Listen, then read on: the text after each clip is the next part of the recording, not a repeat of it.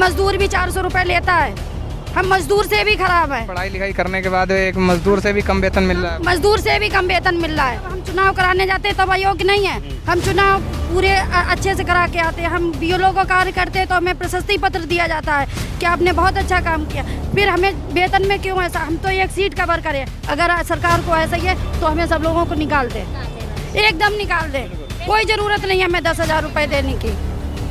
और सरकार ये जो कह रही है 3500 की बजाय हम 10,000 दे रहे हैं, कोई एहसान करने की ज़रूरत नहीं। जब हम 3500 दे रहे थे तो हम बहुत खुश थे। हैं कि जब से हम लोग लगे हैं आज 23 वर्षें हो गई हैं। बीच में 2015 में हम लोगों का समायोजन हुआ था, वो 2017 में निरस्त हुआ है। उस समय 40,000 से घटा करके 10,000 मानदेय हम लोगों को किया गया है। और सरकार उल्टी बात करती है कि हमने 3500 से 10,000 कर दिया, लेकिन ये किसी ने नहीं कहा कि 10,000 से घटा करके वो 40,000 से घटा करके 10,000 करें। हम लोगों से बहुत अच्छे से बात कर रहा है। और अगर उसने पूछ दिया कि आप कहाँ शिक्षक है, बोल दिया नहीं हम शिक्षा मित्र। अरे आप शिक्षा मित्र जैसे दुनिया की सबसे गंदी चीज़ हम ही लोग हैं। कि हम शिक्षा मित्र सारी जिंदगी जवानी अपनी इसी में गंवा दी है। और एक अध्यापक जो 80,000 1,05,000 ले रहा है। दादाजी भी हमारे साथ हैं, ये भी शिक्षा मित्र हैं, इनसे भी बात कर लेते हैं। दादा क्या नाम है आपका? हमारा नाम अवधेश सिंह है जी। कंपोजिट विद्यालय नगला मलू, विकासखंड मोहम्मदाबाद। क्या मांग है आपकी? आप लोग एकत्रित हुए हैं आज यहाँ पर? लोग एकत्रित हुए हैं कि जब से हम लोग लगे हैं आज 23 वर्षें हो गई हैं। बीच में 2015 में हम लोगों का समायोजन हुआ था, वो 2017 में निरस्त हुआ है। उस समय 40,000 से घटा करके 10,000 मानदेय हम लोगों को किया गया है। और सरकार उल्टी बात करती है कि हमने 3500 से 10,000 कर दिया, लेकिन ये किसी ने नहीं कहा कि 10,000 से घटा करके वो 40,000 से घटा करके 10,000 कर दिया। ऐसा कोई नहीं कहने वाला है। इसके बाद आज 6 वर्षें हो गई हैं। कोई भी प्रतिनिधि या सरकार, कोई भी आदमी ये नहीं सोचने को तैयार है कि हम शिक्षा मित्र सारी ज़िंदगी जवानी अपनी इसी में गंवा दी है। और एक अध्यापक जो 80,000 1,05,000 ले रहा है, उसके साथ में हम लोग 10,000 ले रहे हैं और उससे ज़्यादा काम कर रहे हैं। वो बैठे बैठे अपना काम कर रहे हैं ऑफिस का और विकासखंड का, और हम लोग काम कर रहे हैं पढ़ाने का। कहते हैं कि एक जो शिक्षक होता है वो राष्ट्र का निर्माण करता है। आपका क्या कहना है? नहीं, शिक्षक राष्ट्र का निर्माण करता है और हम लोग भी इसी में लगे हैं कि एक छोटे से बालक को हम लोग जो है उसे पढ़ाते हैं, राष्ट्र का निर्माण ही करता है। वो राष्ट्र निर्माता वो भी बनेगा आगे चल के बच्चा जिसे हम पढ़ा रहे हैं। तो इसलिए अध्यापक तो राष्ट्र निर्माता है ही, हम भी हैं उसके साथ में, उससे पीछे नहीं हैं बल्कि एक कदम आगे ही हैं। इसलिए हम लोग यही इसीलिए इकट्ठे हुए हैं कि प्रधानमंत्री ने जो बनारस में अपनी एक भाषण में कहा था कि शिक्षा मित्रों की जिम्मेदारी हमारी है, तो आज वो हमारी जिम्मेदारी का शब्द निभाएं।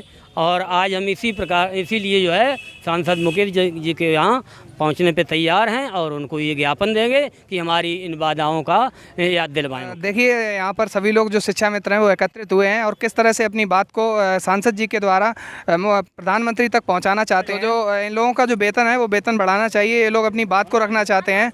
तो और भी लोग यहाँ पर एकत्रित हैं, इनसे भी बात कर लेते हैं क्या क्या समस्याएँ हैं। नाम बताइए अपना। दया तिवारी। अच्छा, क्यों आज यहाँ पर क्यों आए हैं आप लोग?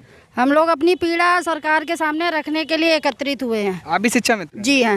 अच्छा, क्या वेतन को लेकर या और भी कोई समस्या है आपको? सारी समस्या है।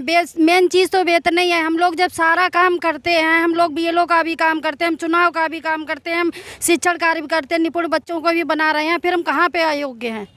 हम हाँ, सब टेट भी पास कर लिया, सब कुछ कर लिया। हम कहते टेट पास कर लिया या नहीं कर लिया है, हमारा इतनी दिन का एक्सपीरियंस है। कोई शिक्षक हमसे कंपटीशन कर ले, हम काम कराते हैं उनसे कंपटीशन कर ले, हम कोई शिक्षक हमसे। तो आपको वेतन सारा काम जब हम चुनाव कराने जाते हैं तब अयोग्य नहीं है। हम चुनाव पूरे अच्छे से करा के आते हैं। हम बीएलओ का कार्य करते हैं तो हमें प्रशस्ति पत्र दिया जाता है कि आपने बहुत अच्छा काम किया। फिर हमें वेतन में क्यों ऐसा? हम तो एक सीट कवर करें। अगर सरकार को ऐसा ही है तो हमें सब लोगों को निकाल दे, एकदम निकाल दे। कोई ज़रूरत नहीं है हमें 10,000 रुपये देने की। और सरकार ये जो कह रही है 3500 की बजाय हम 10,000 दे रहे हैं, कोई एहसान करने की ज़रूरत नहीं। जब हम 3500 दे रहे थे तो हम बहुत खुश थे। और हमें ये पीड़ा हो रही है, एक शिक्षक 86,000 रुपये ले रहा है और वो वहीं पे एक शिक्षा मित्र 10,000 रुपये में उतना ही काम कर रहा है और उसको अलग दृष्टि से उनके पास इतना पैसा अतिरिक्त आता है। ये कार्य करवाओ, वो कार्य करवाओ, उनका कोई लेखा जोखा नहीं है। तो देख सकते हैं आप लोग किस तरह से मतलब कोई भी भाई बहन मर गए हैं अभी अभी जल्दी में रिसेंटली कितने शिक्षा मित्र इस दुनिया को छोड़ के चले गए हैं। ये नहीं दिखता है उन्हें। अगर कोई एक्सीडेंट में एक बंदा मरता है तो उसके लिए तुम 5-5 लाख 10-10 लाख रुपए देते हो। और आज एक शिक्षा मित्र वो क्या इस भी का मानव नहीं है? क्या वो इंसान नहीं है? या वो आपके भारत का नागरिक नहीं है? ये बात मुख्यमंत्री और प्रधानमंत्री तक पहुंचनी चाहिए। प्रधानमंत्री को देश नहीं विदेश सब पूछते हैं, सब मानते हैं, बहुत अच्छे हैं, फिर शिक्षा मित्रों की पीड़ा उन्हें क्यों नहीं दिखती है? बिल्कुल सही। और क्या क्या समस्याएं लग रही हैं आपको? ये तो हो रही आपके वेतन की बात, और भी कोई सरकार से शिकायत हो? हमारा सबसे पहले वेतन बढ़ाया जाए, समान कार्य समान वेतन दिया जाए, और हमें कोई दिक्कत नहीं है। हम जैसे कार्य कर रहे हैं जैसे उससे और अच्छा काम करेंगे। जब हमारा पेट भरा होगा तो हम और अच्छा काम करेंगे। जब हमारे बच्चे भूखे हैं, हमारा पेट खा लिया, तो हम कैसे कार्य करेंगे? एक मजदूर भी 400 रुपये लेता है, हम मजदूर से भी खराब हैं। तो इतनी पढ़ाई लिखाई करने के बाद एक मजदूर से भी कम वेतन मिल रहा है? मजदूर से भी कम वेतन मिल रहा है। देखिए इन लोगों का कहना ये जी बताइए। कोई भी मतलब हम लोगों से बहुत अच्छे से बात कर रहा है, और अगर उसने पूछ दिया कि आप कहाँ शिक्षक है, बोल दिया नहीं हम शिक्षा मित्र हैं।